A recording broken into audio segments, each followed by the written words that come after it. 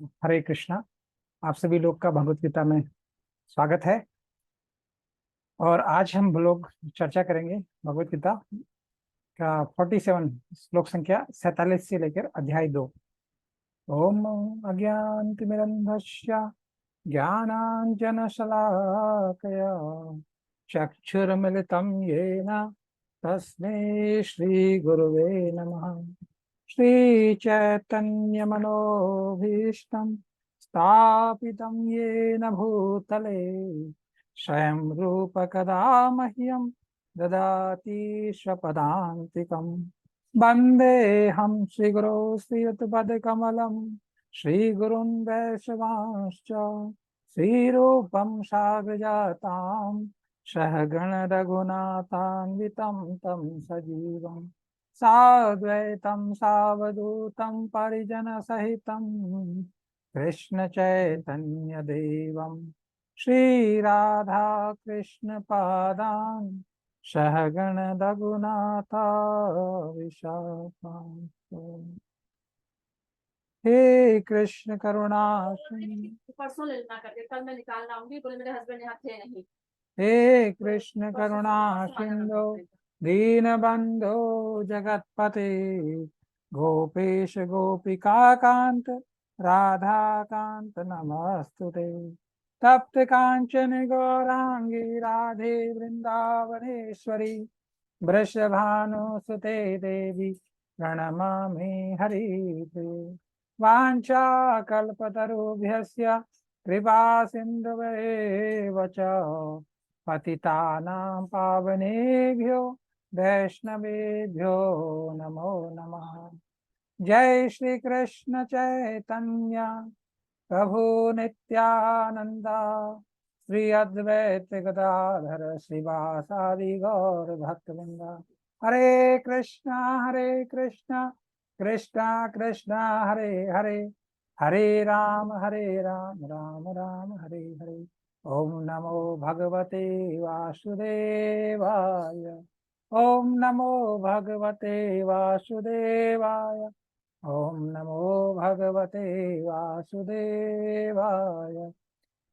आज का श्लोक है, बहुत फेमस श्लोक है भगवत गीता का, दूसरे अध्याय का 47वां श्लोक।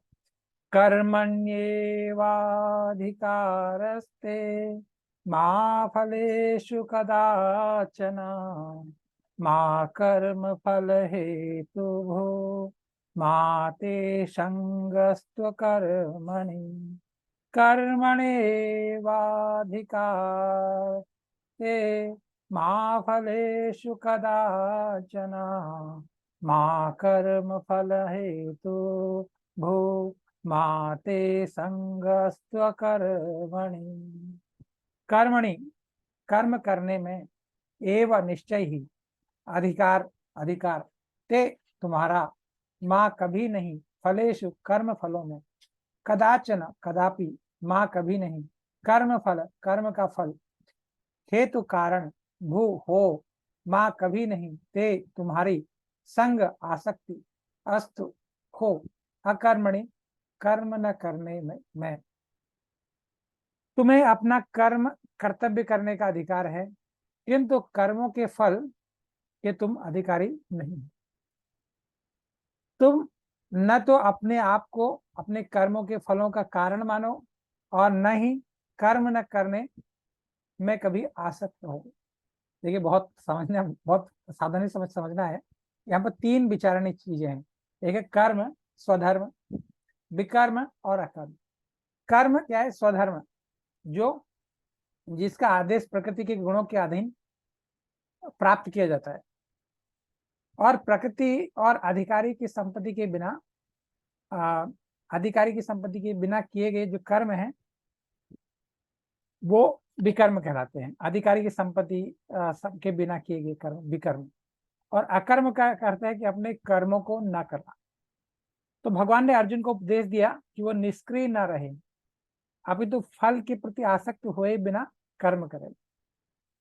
कर्म फल के प्रति आसक्त रहने वाला ही कर्म का कारण है। तो इस तरह वह ऐसे कर्मों का भोक्ता हो जाता है।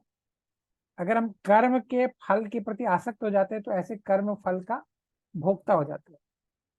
जहां तक निर्धारित कर्मों का संबंध है, ये 3 उप श्रेणियां हो सकती हैं, यथा नित्य कर्म, आपातकालीन कर्म और इच्छित कर्म। तो नित्य कर्म फल की इच्छा बिना शास्त्रों के निर्देशानुसार सतोगुण में रह के किए जाने चाहिए। नित्य कर्म शास्त्रों के निर्देशानुसार सतोगुण में रह के, और फल युक्त कर्म बंधन के कारण बनते हैं। अगर कर्म में फल कोई देखे तो बंधन का कारण बनता है। अतः ऐसे कर्म जो है अशुभ है, जो बंधन का कारण बनते हैं। अतः व्यक्ति को अपने कर्म पर व्यक्ति का अधिकार है, किंतु उसके फल से अनासक्त होकर कर्म करना चाहिए। ऐसे निष्काम कर्म निसंदेह मुक्ति पथ की ओर ले जाते हैं।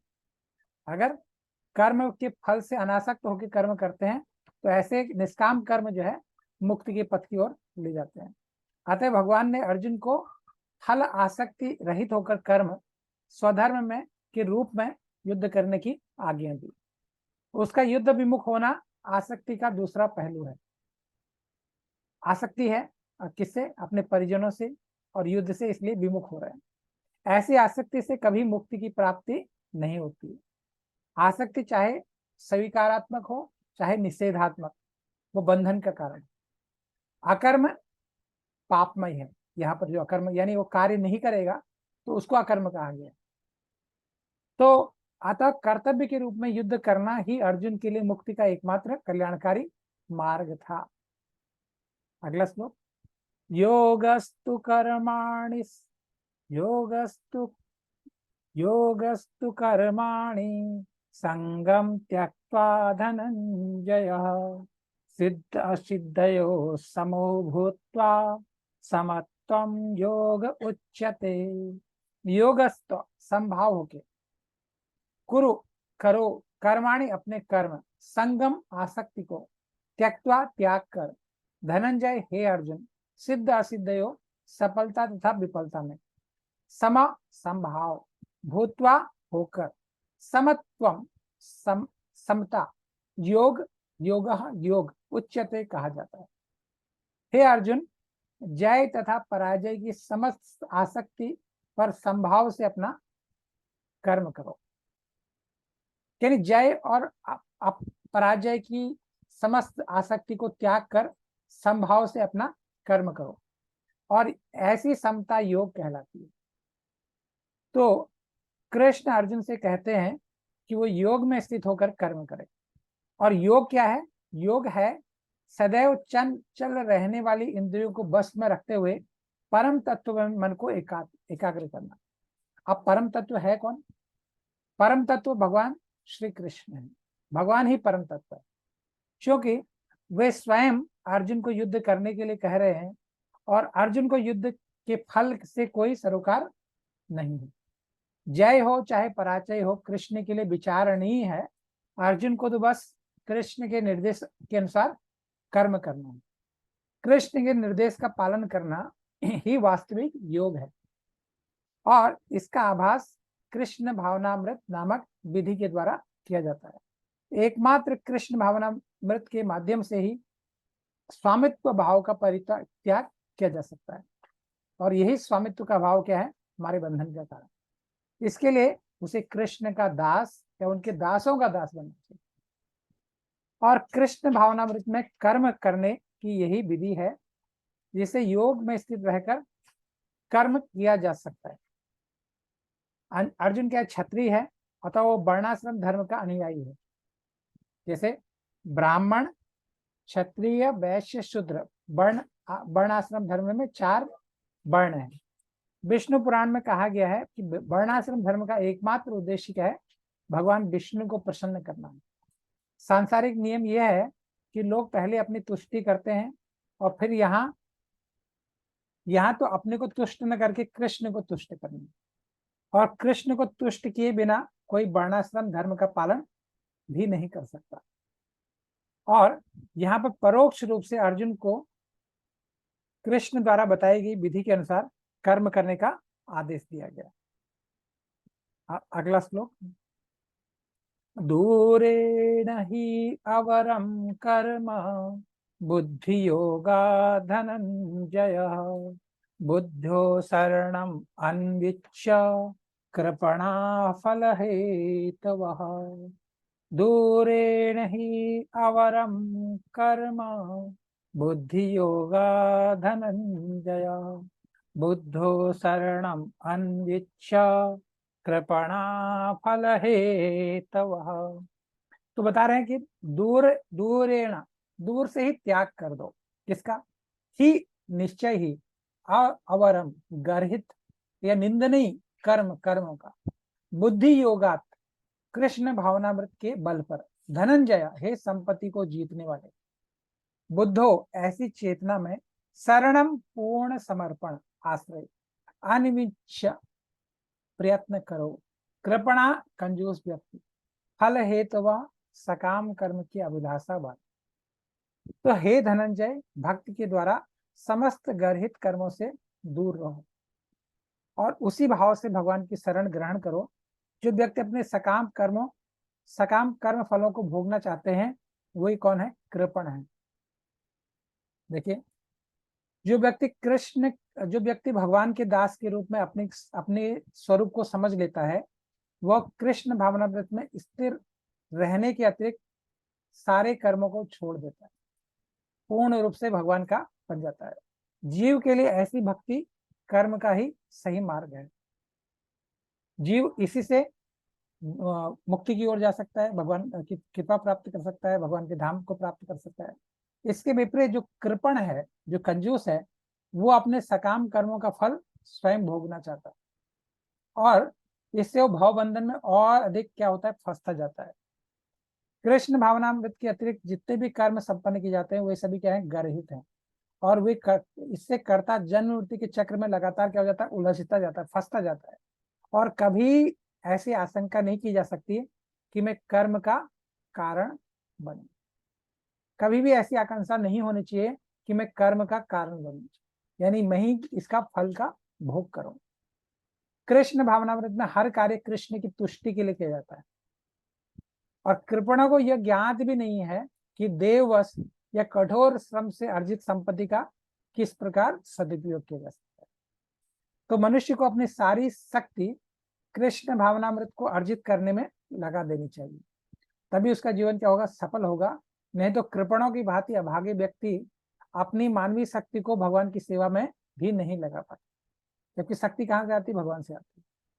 अगला श्लोक, बुद्धि युक्तो जहाति इह उभय सुकृत दुष्कृते तस्माद् योगाय युज्यस्व योग कर्मसु कौशलम बुद्धि युक्तो जहाति इह उभे सुकृत दुष्कृते तस्मात् योगाय युज्यस्व योग कर्मसु कौशलम।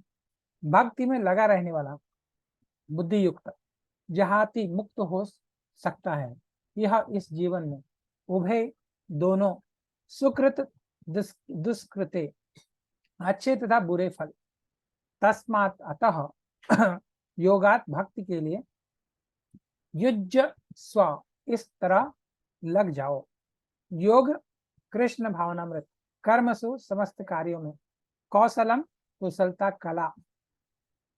तो भक्ति में संलग्न मनुष्य इस जीवन में ही अच्छे और बुरे कार्यों से अपने को मुक्त कर लेता है और अतः योग के लिए प्रयत्न करो, क्योंकि सारा कार्य कौशल यही है। जीवात्मा अनादिकाल से अपने अच्छे और बुरे कर्म के फलों को संचित करना चाहता है और फलतः वह निरंतर अपने स्वरूप से अनभिज्ञ रहता है कि हमारा स्वरूप क्या है? भगवान के नित्य दास के रूप में। वो अच्छे बुरे कर्मों को संचित करता है, कर्मों के फल संचित करता है, फिर उसको भोगता है, उसी की वजह से अगला जन्म मिलता है। लेकिन हम अपने को नहीं पहचान पाते, हम दुनिया को पहचानने की कोशिश करें, स्वयं अपने को नहीं पहचान पाए। फलतः निरंतर अपने स्वरूप से अनभिज्ञ रहता है। इस अज्ञान को भगवत गीता के उपदेश से दूर किया जा सकता है। हमें पूर्ण रूप से भगवान श्री कृष्ण की शरण में जाने तथा जन्म जन्मांतर फल क्रम की श्रृंखला का शिकार बनने से मुक्त होने की का उपदेश देती है। तो जन्म जन्मांतर तो इसी कर्म और फल इसी श्रृंखला में का शिकार बने हुए हैं। तो इससे मुक्त होने के लिए भगवत गीता का उपदेश को हमको आत्मसात करना चाहिए। अतः अर्जुन को कृष्ण भावनामृत में कार्य करने के लिए कहा गया है, क्योंकि कर्म फल के शुद्ध होने की यही प्रक्रिया है। तो अगला श्लोक लेते हैं। कर्मजं बुद्धि युक्ता ही फलम त्यक्त्वा मनीषिणः जन्म बंध विनिर्मुक्ता पदम गच्छन्त्यनामयम्। कर्मजम सकाम कर्मों के कारण, बुद्धि युक्ता भक्ति में लगे, ही निश्चय ही, फलम फल त्यक्त्वा त्याग कर, मनीषिण बड़े बड़े ऋषि मुनि या भक्तगण, जन्म बंधन जन्म तथा मृत्यु के बंधन से, विनिर्मुक्ता मुक्त, पदम पद पर, गच्छन्ति पहुंचते हैं, अनामयम बिना कष्ट के। इस तरह भगवत भक्ति में लगे रहकर बड़े बड़े ऋषि मुनि भक्तगण अपने आप को इस भौतिक संसार में कर्मों के फल से मुक्त कर लेते हैं। इस प्रकार वे जन्म मृत्यु के चक्र से छूट जाते हैं और भगवान के पास जाकर उस अवस्था को प्राप्त करते हैं जो समस्त दुखों से परे है। मुक्त जीवों का संबंध है उस स्थान से होता है जहां भौतिक कष्ट नहीं होता। तो भागवत में बहुत ही प्यारा श्लोक आता है, बहुत ही सुंदर श्लोक आता है। समाश्रिताये पद पल्लवम महत्पदम पुण्य यशो मुरारे भवाम्बुधिं वत्स पद परम पदम पदम पदम यत् विवेतान तेषां समाश्रिताये पद पल्लवम महत् पदम पुण्य यशो मुरारे भवाम्बुधिर्भत् वत्स पदम परम पदम पदम पदम यत् विपदाम न तेषां। जिसने भगवान के चरण कमल रूपी नाव को ग्रहण कर लिया है, इस नाव में बैठ गया है, वो दृश्य जगत जो दृश्य जगत की आश्रय हैं, जो एकमात्र आश्रय हैं और मुकुंद के नाम से विख्यात हैं। मुकुंद यानी मुक्ति के दाता।